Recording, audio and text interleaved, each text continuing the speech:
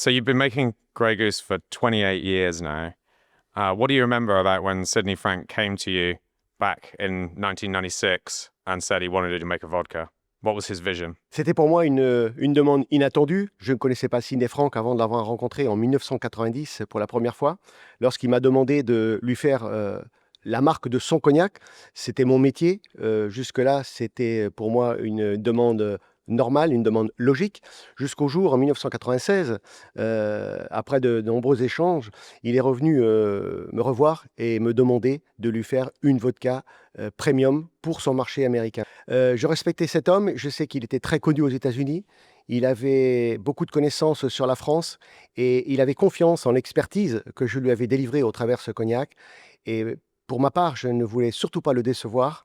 J'ai accepté ce défi, mais je dois dire honnêtement sans savoir comment j'allais faire. Learned on the job. Je peux dire qu'il y avait une forme d'inconscience, mais il y avait aussi une forme de réflexion ou d'audace, puisque j'avais déjà une grande expérience dans le domaine du spiritueux, de cognac. Par conséquent, j'avais une connaissance technique de ce que représente l'élaboration d'une vodka, et surtout, j'avais ce choix de la faire moi-même à partir d'un ingrédient.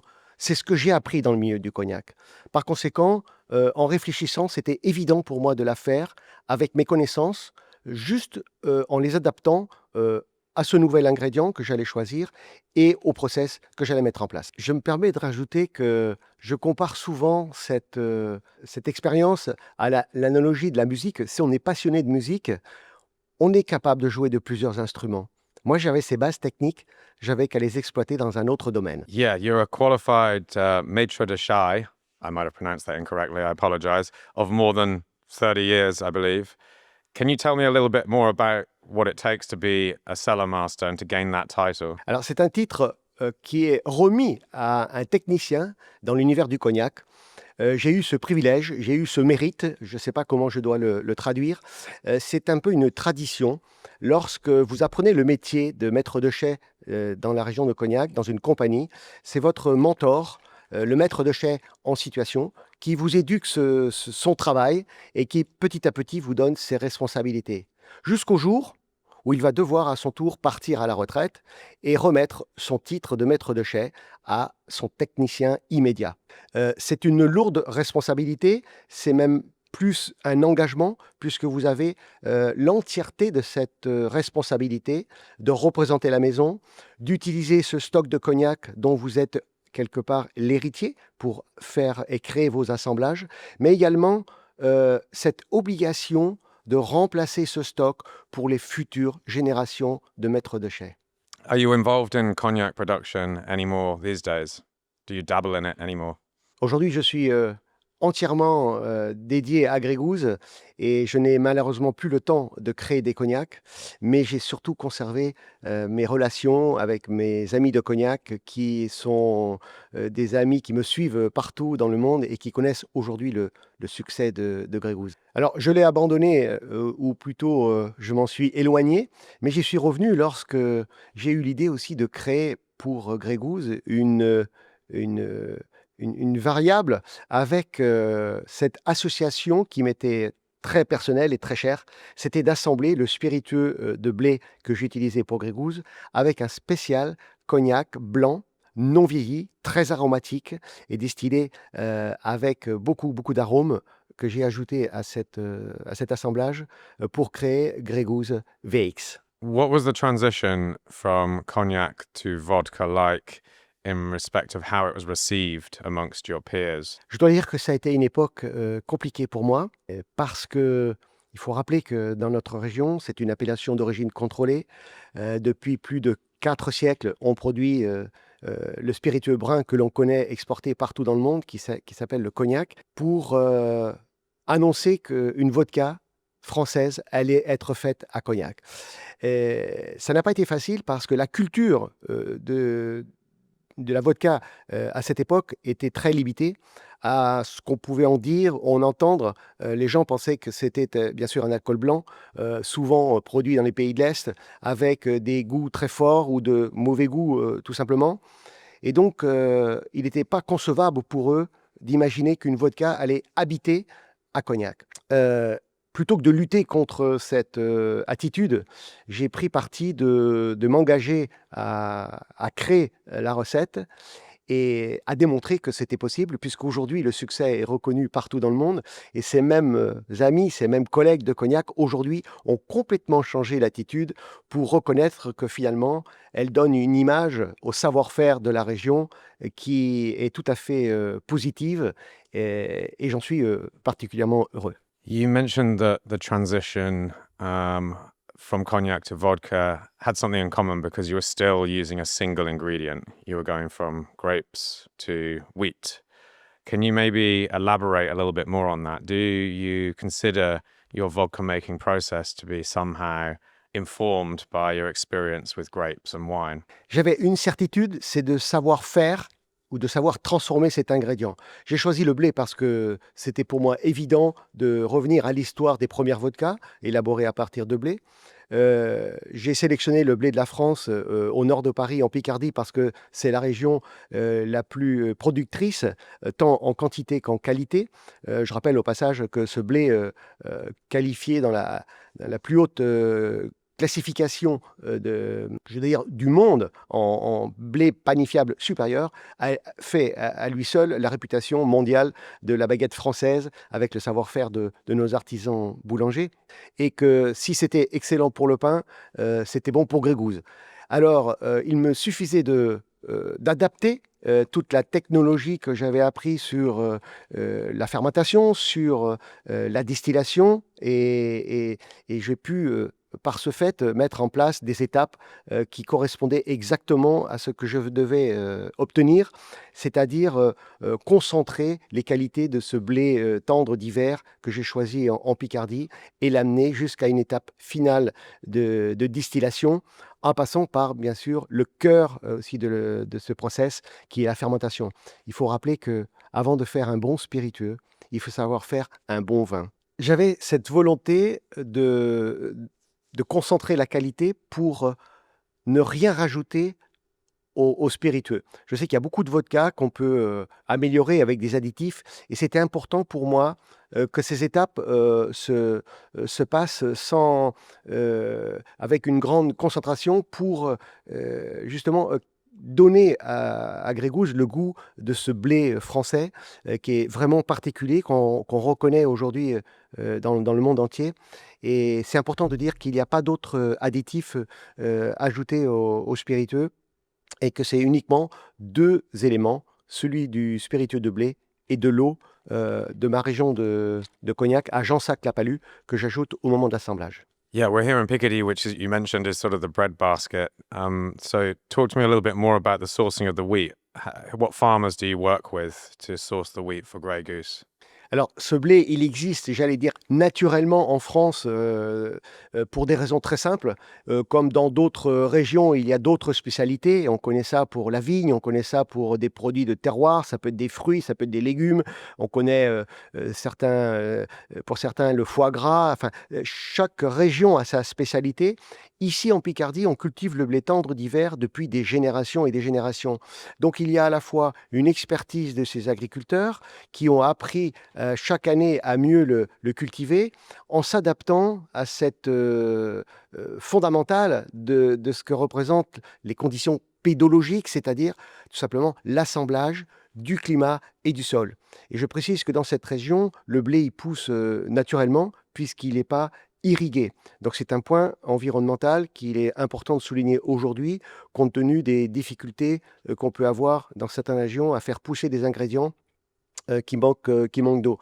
Donc ça, c'est aussi une garantie pour avoir le niveau de quantité et de qualité suffisant et s'engager dans le temps pour avoir je dirais un ingrédient de même niveau. Donc vous l'avez compris, le process de Grégouze est quelque chose d'important dans la mesure où on a la totale maîtrise sur ce process depuis l'ingrédient en passant par toutes les étapes nécessaires. Et c'est un process assez particulier puisqu'il est continu. Ça veut dire qu'on a une stabilité de cette cette qualité qui ne cesse de progresser, en commençant par le nettoyage du blé, en transformant, bien, en obtenant une farine de blé parfaitement maîtrisée pour sa granulométrie. Ensuite, l'ajout d'enzymes va transformer cet amidon en sucre. Et puis arrive cette étape ultime où la formation du glucose nous permet d'ajouter des levures qui sont spécifiques, bien sûr, à Grégouze, pour en assurer l'étape de la fermentation, c'est-à-dire de transformer le sucre en alcool. Et d'une façon continue, après 6 passages en cuve que j'ai appelé fermentation en cascade, eh bien, le blé fermenté, avec son alcool et 0 g de sucre, va pouvoir enfin être amené à une distillation et en colonne, puisque la réglementation oblige d'obtenir un spiritueux concentré de 96. Donc, il faut utiliser ce système qui fonctionne avec une quantité de plateaux à l'intérieur de chaque colonne et qui produit des vapeurs à l'aide de vapeurs d'eau chaude et non la flamme, comme par exemple on le fait dans la région de Cognac. Is there anything about your process that you have improved or refined over the years? Any new additions to techniques or equipment or anything, any part of the process that's been altered to make a better vodka? Alors, ce que je peux dire depuis ces 30 dernières années, c'est que, à part la couleur de mes cheveux peut-être, mais rien n'a changé dans ce process parce que le goût de Grégouze ne doit pas changer pour le consommateur. Il s'est identifié à ce niveau de qualité et pour moi, c'était important d'avoir un ingrédient de qualité, mais aussi d'avoir une continuité et un process stable. Donc, il n'y a rien qui doit changer dans le process si on veut obtenir la même qualité. Je me permets d'ajouter que ce qui fait la différence, c'est que dans certains cas, on entend parler beaucoup dans la compétition de vodka multi-distillé ou multi-filtré. Toutes les opérations de Grégouze sont faites une seule fois. Ça veut dire que à chaque étape, il doit se passer une transformation. Et cette transformation doit être à son plus haut niveau avant de passer à la suivante. Ce qui fait que dans la dernière étape de la distillation, il n'est pas question de rectifier, il n'est pas question d'éliminer des défauts, il est question d'affinage. Ça veut dire que pendant tout ce process, on a respecté la qualité de l'ingrédient, on l'a accompagné et on en concentre cette qualité par la distillation. La seule chose qui peut-être a évolué, je dirais qu'elle a changé, mais qui a évolué puisque c'est une constante réflexion, c'est de s'adapter aussi à des méthodes plus économiques d'énergie, de façon à utiliser cette énergie avec bonne escient. Ça veut dire que à chaque fois qu'on a besoin d'eau, par exemple, eh bien, c'est de la récupérer, de la refroidir, de la recycler ou de la réchauffer si on veut refaire de la vapeur, et de travailler avec des systèmes d'énergie qui sont couplés entre eux, de façon à ce que la balance de cette énergie soit la plus basse possible. Ça, ce sont des points qui sont en réflexion encore aujourd'hui, et nous cherchons à nous améliorer sur ce chapitre, tout simplement parce que c'est une obligation environnementale et que chaque personne qui conduit des outils de ce genre doit réfléchir à doit avoir cette attitude liée à l'énergie. Et dans ce domaine, il n'y a pas de sous-produits détruits, à commencer par le blé, où les pailles peuvent rester dans le champ pour faire de la matière organique. C'est tout à fait, c'est un engrais tout à fait naturel. Et puis, dans le process, on va bien sûr récupérer une partie de l'enveloppe de ce blé qui sera récupérée, additionnée à de l'eau chaude pour en faire une pâte et enfin séchée pour des granulés. Et ces granulés sont très utiles dans l'alimentation animale parce qu'ils sont très riches en protéines. Et donc, il y a, on va dire, 0 déchet dans ce process Grégouze. And I learned today that you use something like 85% of the grain of wheat in total. What is the thought process behind that, and how does it affect the flavor of the vodka? Il y a différents procédés pour fermenter du blé. Celui qui est retenu pour Grégouze contient une partie de cette enveloppe, je dis bien une partie, de façon à créer une certaine granulométrie, une certaine densité de matière première, mais surtout pour servir de nutriments, si j'ose dire, aux levures qui vont travailler en présence de cette petite partie d'enveloppe et qui vont générer des arômes plus gourmands, plus particuliers. Et ça, je suis certain que c'est grâce à ça qu'on les retrouve aussi dans le spiritueux, puisque le goût de Grey Goose se définit par ces notes un peu briochées.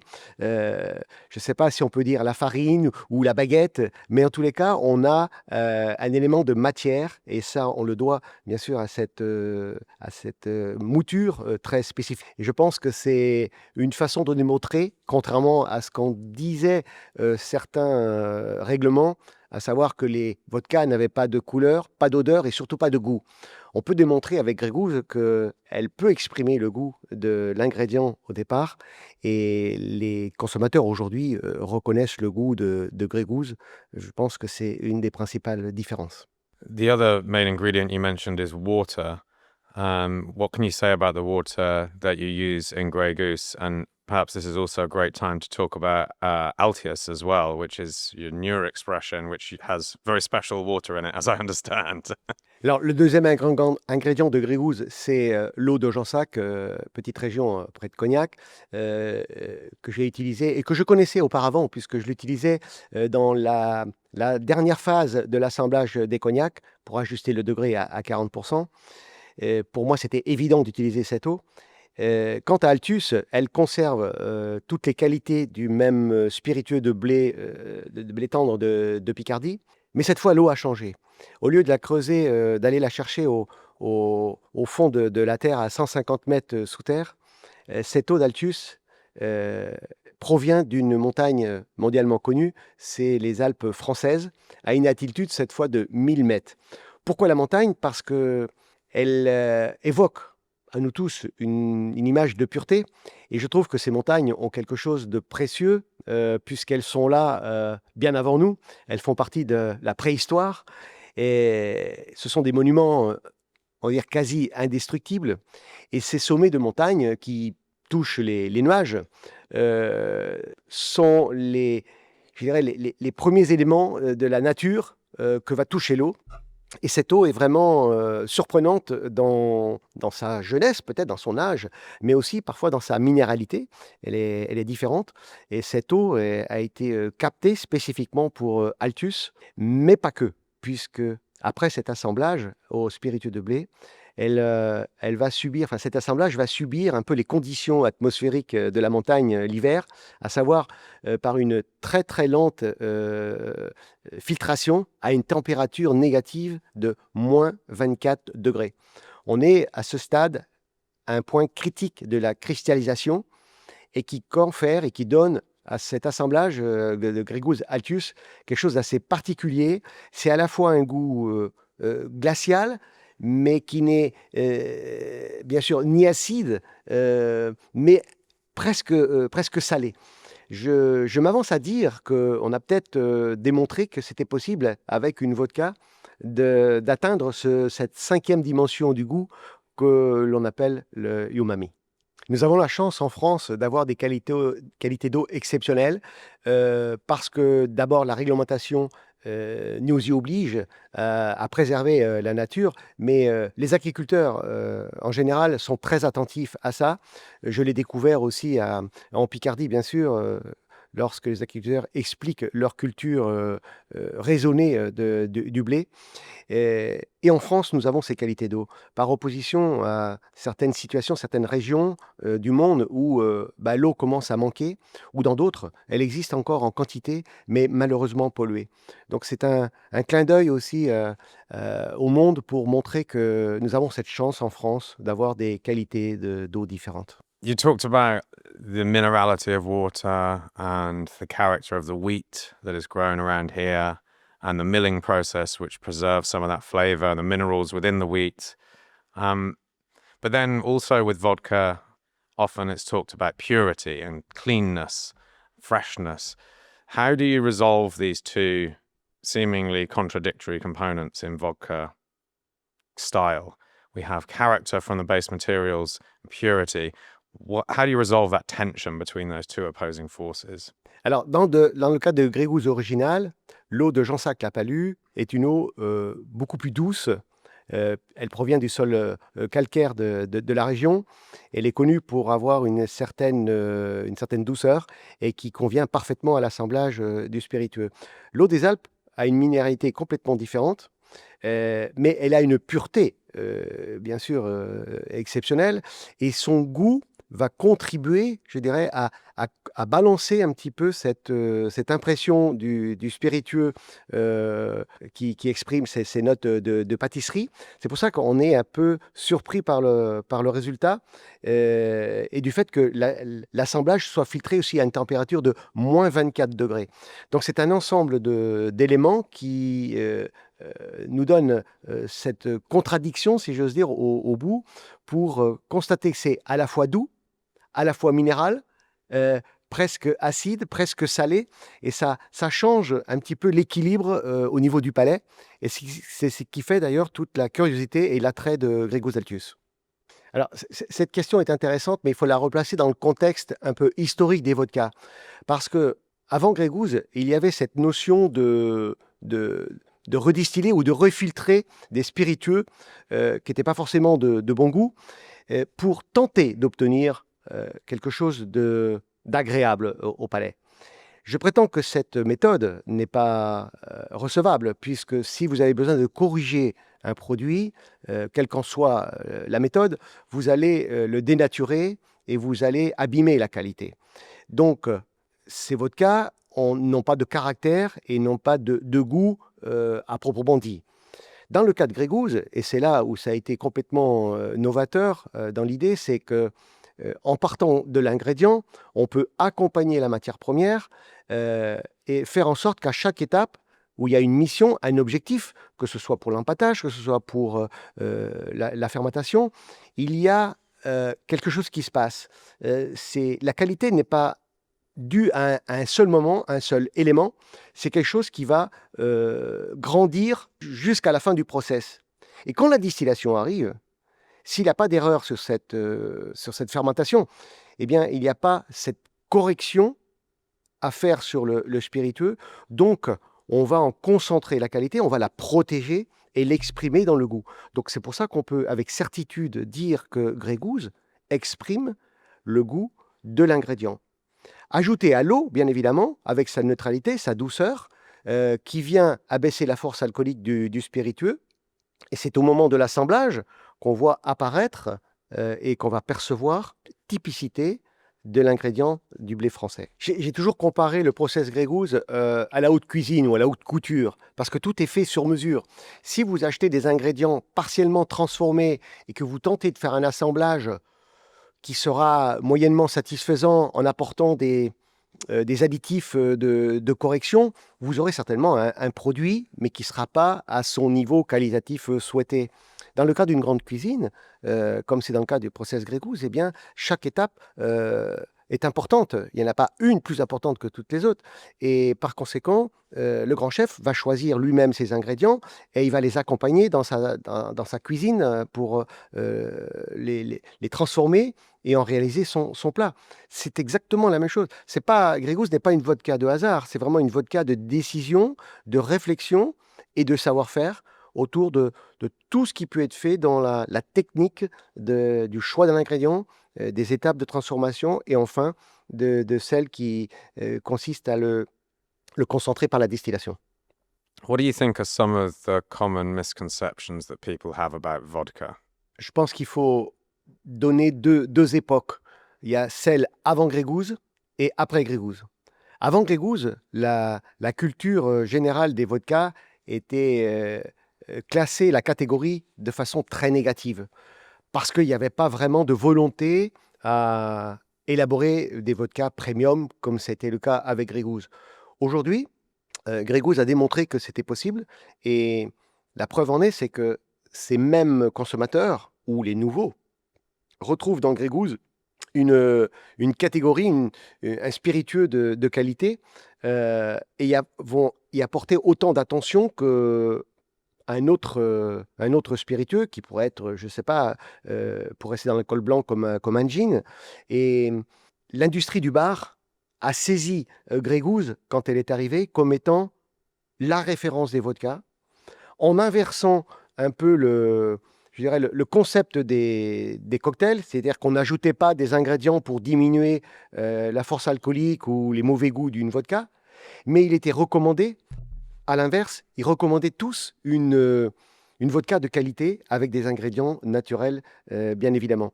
Et ça a complètement changé un peu la façon de juger les vodkas. Aujourd'hui, c'est plus discutable. Grey Goose est devenu la référence. Et j'en veux pour preuve. Lorsque on demande cet iconique Grey Goose Martini, euh, on rencontre des gens qui sont dans des salons, dans des établissements partenaires et qui ont un Grey Goose Martini en main et qui vont le déguster pendant longtemps parce que c'est aujourd'hui un moment de plaisir. On peut déguster une vodka Grey Goose comme un autre spiritueux de qualité. Are there any other vodka brands? Obviously, you gave birth to this goose, and so I get that you're biased. But are there any other vodka brands, or maybe vodka distillers, that you admire in the industry? Il est vrai que Grey Goose est devenu mon quatrième enfant parce que j'ai vraiment mis tout ce qu'il était possible en moi d'exprimer. C'était un peu mon défi aussi personnel et j'en suis particulièrement fier. Euh, Grey Goose est devenu la référence. Ça veut dire que quand une marque est leader sur le marché mondial d'une catégorie, dans cette version du marché ultra premium vodka, que l'on doit bien sûr à cet Américain Sidney Frank, euh, c'est de constater que aujourd'hui la compétition est très positive. Il y a une quantité de marques qui sont autour de Grey Goose qui vont chercher peut-être à l'imiter, mais je ne prendrai pas ça du mauvais côté des choses. Ça veut dire que si vous êtes copié, ça veut dire que finalement vous n'êtes pas si mauvais que ça. Et si on vous imite, ça veut dire qu'on va donner la chance aux consommateurs de proposer des vodkas de meilleure qualité. Donc il y a peut-être un top 5, un top 10, je ne sais pas, dans le monde. Mais en tous les cas, ce qui est sûr, c'est que le consommateur aujourd'hui a le choix de consommer des vodkas de meilleure qualité. Alors, en fonction, bien sûr, de ses croyances, en fonction je dirais peut-être de l'image qu'il a d'une vodka, eh bien, il va la choisir en tant que telle. En ce qui concerne Grey Goose, son nom est connu mondialement et on l'apprécie aussi parce que on sait qu'elle a une signature française et que la France véhicule dans le monde entier un savoir-faire et c'est aussi quelque part comme une garantie de la qualité. Donc voilà comment on peut constater aujourd'hui la compétition. En ce qui me concerne, je n'ai aucune euh, image négative ou jalousie, et je trouve que c'est normal, en tous les cas, d'être imité. Et pour conclure sur ce chapitre, on dit souvent que le leader est condamné à innover et le compétiteur à copier. Il faut juste faire attention que le second ne devienne pas premier. So, Ciroc, Kettle One, Belvedere, no, not favorites, no.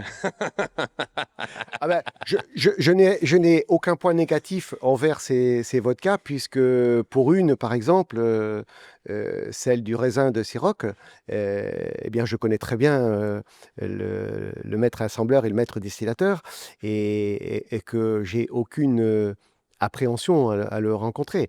Et je suis même très fier qu'il puisse porter aussi une marque de vodka de qualité. So just further thoughts on the vodka category.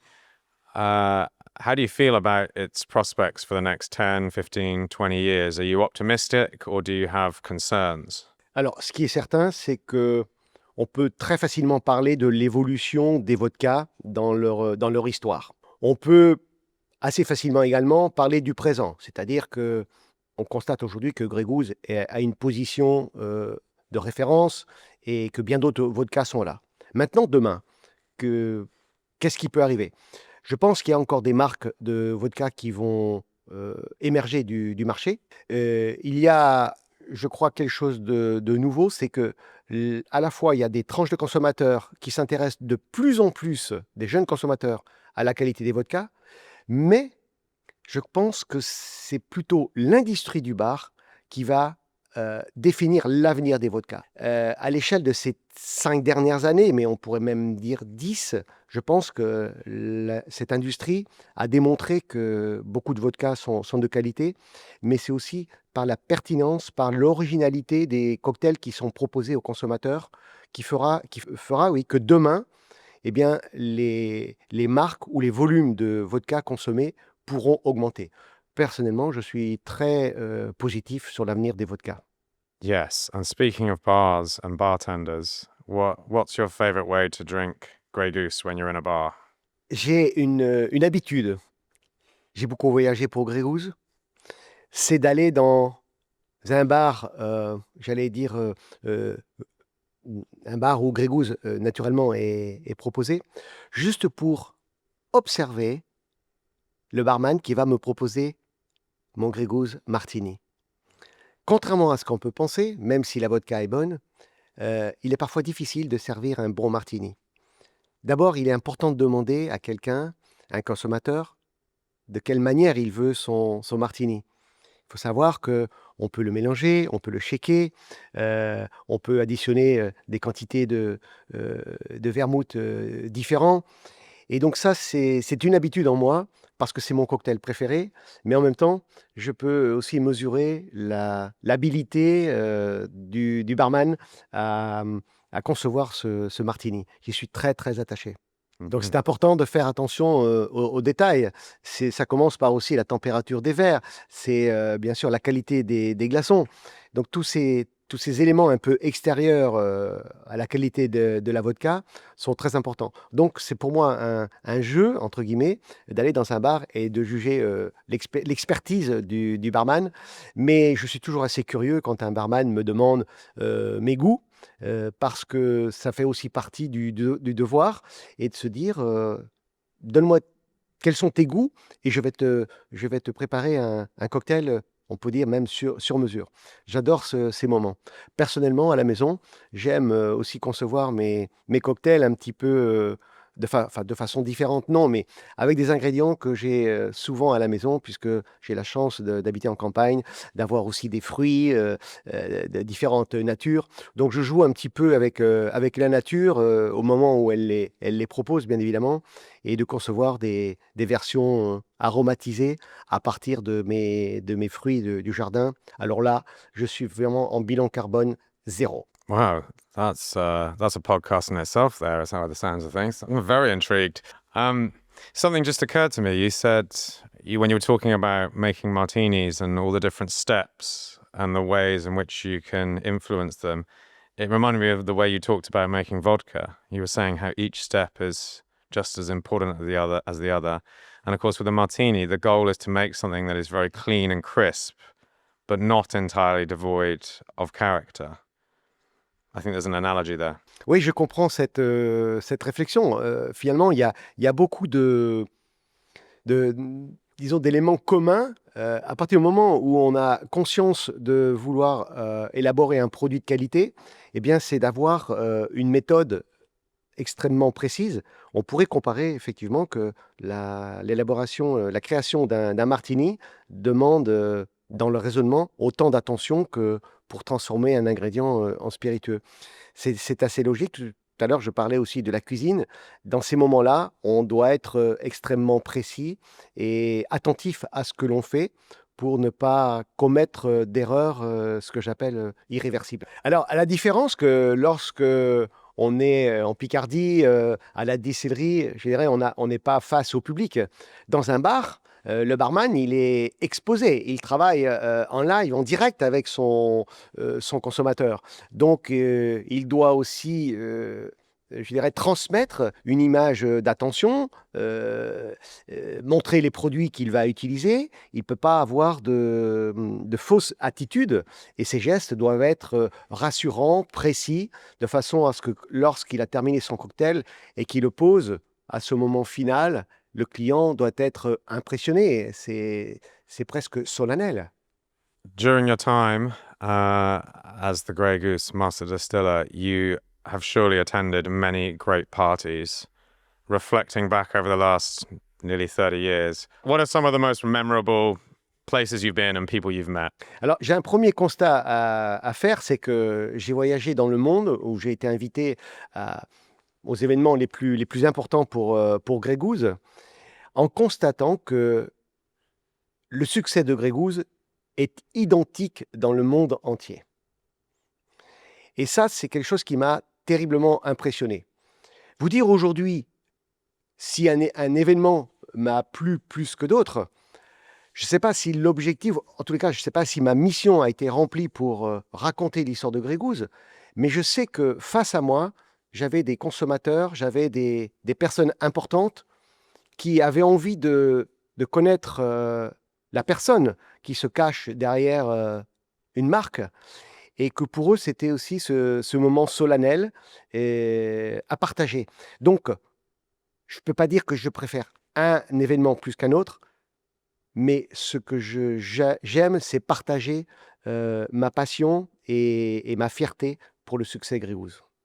Clearly, your legacy is going to be Grey Goose, this groundbreaking category-creating vodka. But besides that, what do you think your personal legacy will be? What will people say about you, Francois? Je pense que dans toute notion de création, il y a une part personnelle. C'est l'attitude classique d'un créateur. C'est d'abord de créer un peu le produit pour lui-même. Aujourd'hui, cette étape est largement dépassée et le succès appartient au consommateur. C'est lui qui a choisi de reconnaître en Grey Goose toutes les qualités qu'on lui attribue aujourd'hui. Bien évidemment, pour moi, c'est de la fierté, c'est un résultat important dans ma carrière professionnelle. Ce qui va arriver, c'est que le succès va certainement encore grandir. Il va en rester probablement deux choses. C'est effectivement l'image, tant qu'on s'en souviendra, du créateur, mais on continuera à apprécier le produit sans avoir besoin de se rappeler de ce créateur. Moi, je suis quelqu'un de passage. J'ai rempli une mission. Je suis content de l'avoir fait. Le succès, il appartient à celui qui veut le juger, mais j'en tire pas plus de fierté pour autant, même si les Américains aujourd'hui m'appellent le Papa Goose. Je suis heureux, je suis content et j'espère que les gens se souviendront longtemps de cette histoire assez folle. Mais même si on oublie l'histoire, j'espère qu'on se souviendra et on appréciera encore la qualité de cette vodka pendant longtemps. Well, look, let's taste the efforts of your artistry one last time. Francois Thibault. Thank you for this moment. All right. Santé! Santé.